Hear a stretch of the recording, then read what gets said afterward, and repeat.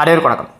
நாம் தமிழர் கட்சியிலிருந்து 3 கோடி பேர் வெளியேறி 3000 பேர் வெளியேறி திராவிட முன்னேற்ற கழகத்தில் இன்றைக்கு தங்களை இணைத்து கொண்டதாக காலையிலிருந்தே ஊடகங்களில் செய்திகள் வெளியாகிறது.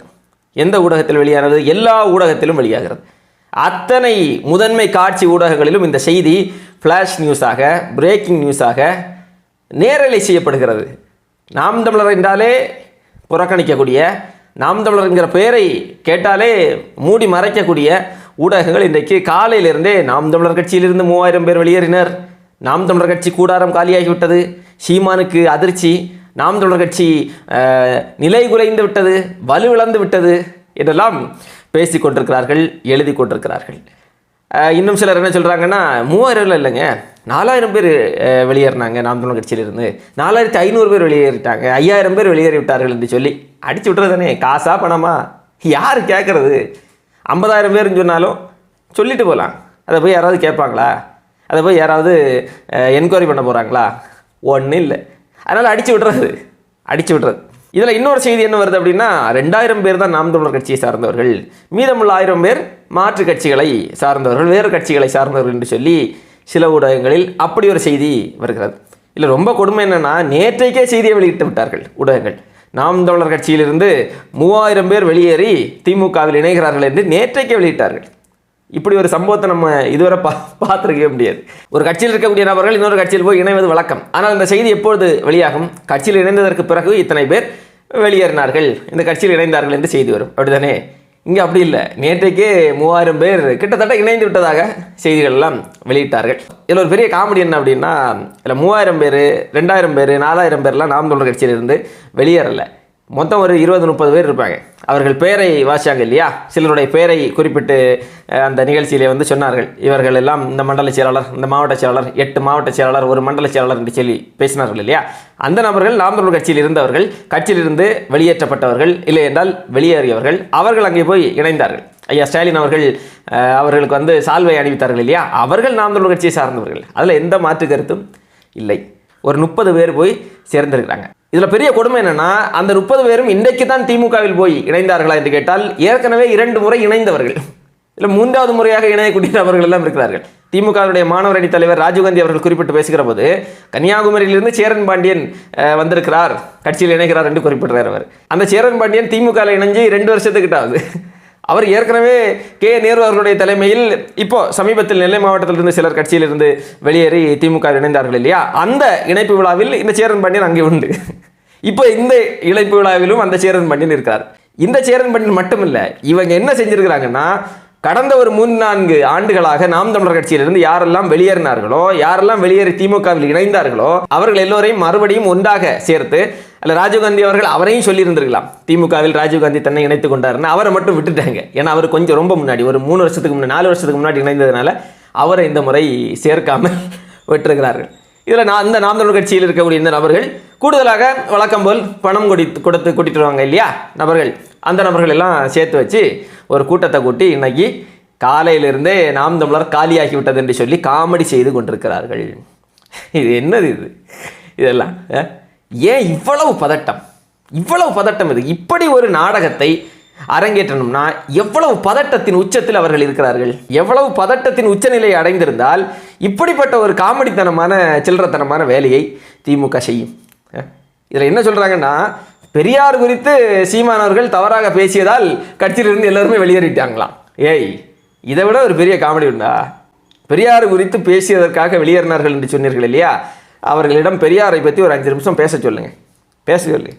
இவர்கள் வேறு என்ன காரணத்தை சொல்லியிருந்தாலும் சரி, ஏதோ சொல்லிட்டு இருக்கிறாங்க, சொல்லட்டும் என்று சொல்லி போயிருக்கலாம். ஆனால் பெரியார் குறித்து பேசியதால் வர்றாங்கன்னு சொல்கிறீங்க பார்த்தீங்களா? அவ்வளவுதான் பெரியாருடைய பலம். அப்படிதான் நம்ம பார்க்க வேண்டியிருக்கிறது. ஏன்னா பெரியார் குறித்து அண்ணன் சீமான் அவர்கள் பேசினார் இல்லையா? பேசியதோடு இத்தனை ஆண்டு காலமாக இவர்கள் போலியாக கட்டமைத்து வைத்த பெரியார் என்கிற அந்த பிம்பம் சுக்குநூறாக உடைந்து நொறுங்கி போயிருக்கிறது. இப்போ இவர்களுக்கு என்ன செய்யணும்னா, பெரியார் குறித்து அண்ணன் சீமான் அவர்கள் பேசியது தவறு என்று ஒரு கட்டமைப்பை ஏற்படுத்த வேண்டும். அதுக்கு என்னெல்லாமோ செய்து பார்க்கிறார்கள், எதையெல்லாமோ செய்து பார்க்கிறார்கள். ஆனாலும் ஒன்றும் நடக்கலை. இப்போ கடைசியாக என்ன ஆயுதத்தை எடுக்கிறார்கள் என்றால், பெரியாருடைய பேச்சுக்கு நாம் தமிழர் கட்சியிலிருந்தே எதிர்ப்பு என்று சொல்லி ஒரு தோற்றத்தை உருவாக்குவதன் மூலமாக, அப்போ சீமான் பேசியது தவறுதான், கட்சிக்காரர்களே ஏற்கவில்லை என்கிற ஒரு தோற்றத்தை பொது சமூகத்தில் உருவாக்க வேண்டும், கட்டமைக்க வேண்டும் என்பதற்காகத்தான் ஏற்கனவே கட்சியிலிருந்து வெளியேறி திமுகவில் இணைந்த நபர்களை மறுபடியும் இணைத்து பெரிய விழா எல்லாம் நடத்தியிருக்கிறார்கள். இது தமிழ்நாட்டின் முதலமைச்சர் ஐயா ஸ்டாலின் அவர்களுக்கு தெரியுமா? அவர் தான் ஏமாற்றப்படுகிறோம் என்பது அவருக்கு தெரியுமா இல்லை தெரியலையா என்னங்கிறது நமக்கு தெரியாது. சரி, அது அவர்களுடைய பிரச்சனை, அது இருக்கட்டும் வருகிறோம். இதில் நம்ம கவனிக்க வேண்டிய இன்னொரு செய்தி என்னென்னா, இந்த இணைப்பு விழா நடந்திருக்கக்கூடிய நேரம் எப்படிப்பட்ட நேரம்? ஈரோடு கிழக்கு இடைத்தேர்தல் நேரம். இப்போ புரியுதா ஏன் கூடுதல் பதட்டம் என்று? ஈரோடு கிழக்கு இடைத்தேர்தலில் நாம் தமிழர் கட்சி திராவிட முன்னேற்ற கழகத்தை நேரடியாக எதிர்க்கிறது, இருமுனை போட்டி நடக்கிறது. அப்போ அங்கே ஈரோடு கிழக்கு களம் ஏற்கனவே சூடு பிடிக்க ஆரம்பித்து விட்டது. அப்போ நாம் தமிழர் கட்சியினுடைய பரப்புரையை இவர்களால் எதிர்கொள்ள முடியவில்லை. குறிப்பாக அந்த தேர்தல் களத்தில் வேட்பாளராக போட்டிட்டு இருக்கக்கூடிய சீதா லட்சுமி அவருடைய பரப்புரையை எதிர்கொள்ள முடியலை. இப்போது அண்ணன் சீமான் அவர்கள் ஈரோடு கிழக்கு தொகுதிக்கு செல்கிறார் பரப்புரைக்காக. அப்போ அண்ணன் சீமான் அவர்கள் அங்கே சென்றதற்கு பிறகு களம் இன்னும் சூடு பிடிக்கும். மக்கள் மத்தியிலே நாம் தமிழருக்கான ஆதரவு அலை என்பது மேலும் மேலும் அதிகரிக்கும். அப்போ இது ஒரு பெரிய ஒரு சிக்கலாக இவர்களுக்கு மாறும். ஏனென்றால் இந்த ஈரோடு கிழக்கு இடைத்தேர்தலை ஒட்டுமொத்த தமிழ்நாட்டு மக்களும் உற்று நோக்குவார்கள். ஏனென்றால் மற்ற இடங்களில் தேர்தல் இல்லை, அந்த ஒரு தொகுதியில் மட்டும்தான் தேர்தல் நடக்கிறது. நாம் தமிழர் போட்டியிடுகிறது. திமுகவுக்கு எதிராக நாம் தமிழர் நிற்கிற பட்சத்தில் நாம் தமிழர் கட்சி மிகப்பெரிய ஒரு பேசுபொருளாக தமிழ்நாடு முழுவதும் மக்களிடையே கொண்டு போய் சேர்க்கப்படும். இத்தனை ஆண்டு காலமாக நாம் தமிழரை தேர்தலில் போட்டியிடுகிறது என்கிற செய்தியை கூட சொல்லாத ஊடகங்கள் கூட இப்போது நாம் தமிழர் குறித்த செய்திகளை பேசி ஆக வேண்டிய சூழலுக்கு தள்ளப்பட்டிருக்கிறது. அப்போது நாம் தமிழர் குறித்த செய்திகள் வருவதற்கு முன்பே ஊடகங்களில் பரவலாக அந்த தேர்தல் பரப்புரைகள் எல்லாம் மக்களிடம் கொண்டு போய் சேர்க்கப்படுவதற்கு முன்பே நாம் தமிழர் கட்சியே இல்லை, கட்சி காலியாகிவிட்டது, கட்சியில் யாருமே இல்லை, சீமானுடைய பேச்சை கட்சிக்காரர்களை ஏற்கவில்லை என்கிற ஒரு தோற்றத்தை உருவாக்க வேண்டும் என்பதற்காகத்தான் இவ்வளவு மெனக்கெட்டு போய் ஒரு நாடகத்தை அரங்கேற்றி இருக்கிறார்கள். அந்த இணைப்பு விழாவில் சிலருடைய பேச்சுகளை எல்லாம் கேட்க முடிந்தது. அதாவது என்ன சொல்கிறாங்கன்னா, கட்சியிலிருந்து ஏன் நாம் தமிழரிலிருந்து வெளியேறினீர்கள் என்று கேட்டதற்கு எங்களுக்கு மரியாதை இல்லை, எங்களுக்கு அங்கீகாரம் இல்லை என்று. சரி, நீங்கள் யாராக இருக்கிறீங்க? நான் மாவட்ட செயலராக இருந்தேன், நான் மண்டல பொறுப்பாளராக இருந்தேன், ஆனால் எனக்கு அங்கீகாரம் இல்லை. இதை விட ஒரு பெரிய அங்கீகாரம் என்ன இருக்கிறது நாம் தமிழர் கட்சியிலே? ஒரு கட்சியினுடைய மாவட்ட செயலாளராக நியமிக்கப்படுவது அங்கீகாரம் இல்லையா? மண்டல செயலாளராக நியமிக்கப்படுவது அங்கீகாரம் இல்லையா? இப்போ திராவிட முன்னேற்ற கழகத்துக்கு நீங்கள் போயிட்டீங்க. இந்த கட்சியிலிருந்து மாவட்ட செயலாளராக இருந்த நீங்கள் அந்த கட்சியிலே திராவிட முன்னேற்ற கழகத்துக்கு போய் சேர்ந்தீங்க. அங்கே என்ன அங்கீகாரம் கிடைக்கும் உங்களுக்கு? குறைந்தபட்சம் இங்கே நீங்கள் வைத்த அந்த மாவட்ட செயலாளர் பொறுப்பு அது கிடைக்குமா? ஒன்றிய செயலாளர் பொறுப்பு கிடைக்குமா? என்ன பொறுப்பு கிடைக்கும்? ஒருவேளை அப்படி ஏதாவது பொறுப்பு கிடைத்தால் கூட உதயநிதி ஸ்டாலின் அவர்களுக்கு கும்பிடு போடத்தான் செய்ய வேண்டும் நீங்கள். இதுதான் பெரிய அங்கீகாரமா? இப்படி தான் ஏற்கனவே சிலர் அவசரப்பட்டு கோவத்தில் ஒரு முடிவெடுத்து திமுகவில் போய் சேருவாங்க, இல்லை மற்ற கட்சியில் போய் சேருவாங்க. அங்கே இருக்கக்கூடிய நிலைமையை பார்த்துட்டு அப்படியே திரும்பி வந்து கட்சியில் இணைந்தவர்கள் பலர். ஏன்னா இந்த கட்சியில் இருக்கிறப்போ இந்த கட்சியினுடைய அருமை தெரியாது, இன்னொரு கட்சியில் போய் பார்க்குறப்ப தான் அருமை தெரியும். சரி, அது இருக்கட்டும். இப்போ உதயநிதி ஸ்டாலின் அவர்கள் அந்த கூட்டத்தில் பேசுகிறப்ப என்ன பேசுகிறார் அப்படின்னா, பொதுவாக தேர்தல் நேரத்தில் ஆளுங்கட்சியிடமிருந்து தான் வெளியேறி எதிர்கட்சிக்கு செல்வார்கள் உறுப்பினர்கள். ஆனால் இங்கே வித்தியாசமாக இருக்குது, நீங்கள் எல்லாம் எதிர்கட்சிகளிலிருந்து வெளியேறி ஆளுங்கட்சிக்கு வந்திருக்கிறீங்க என்று அவரே ஆச்சரியப்படுறார்.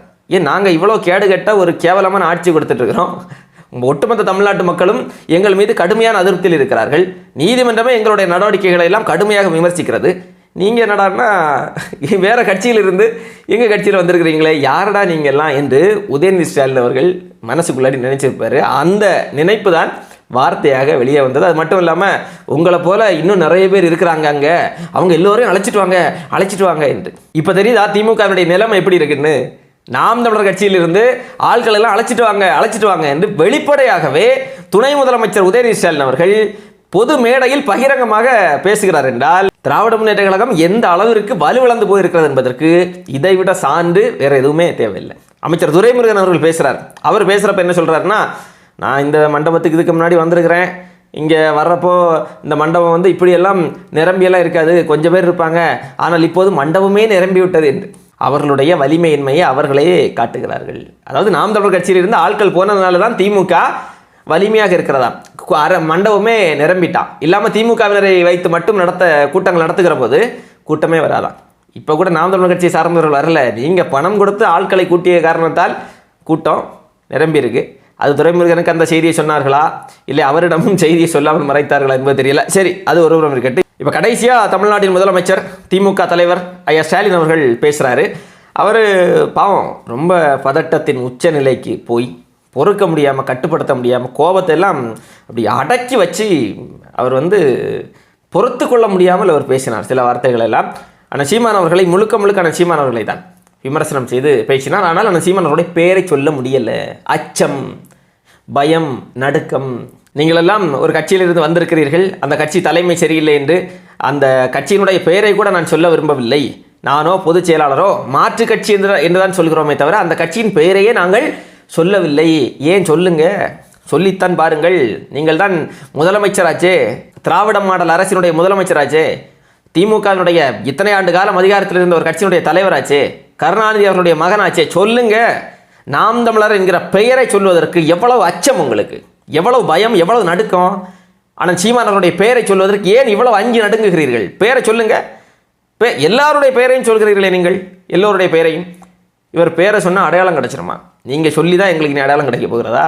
நாம் தமிழர் கட்சியிலிருந்து யாராவது வந்துட மாட்டாங்களா என்று சொல்லி முழு நேரமாக நாம் தமிழரிலிருந்து ஆள் பிடிக்கக்கூடிய வேலையை செய்து கொண்டிருக்கக்கூடிய நீங்கள் நாம் தமிழர் கட்சியினுடைய பெயரை உச்சரிக்காமல் இருக்கிறீர்கள் என்றால் அச்சம் இருக்கத்தானே செய்யும்.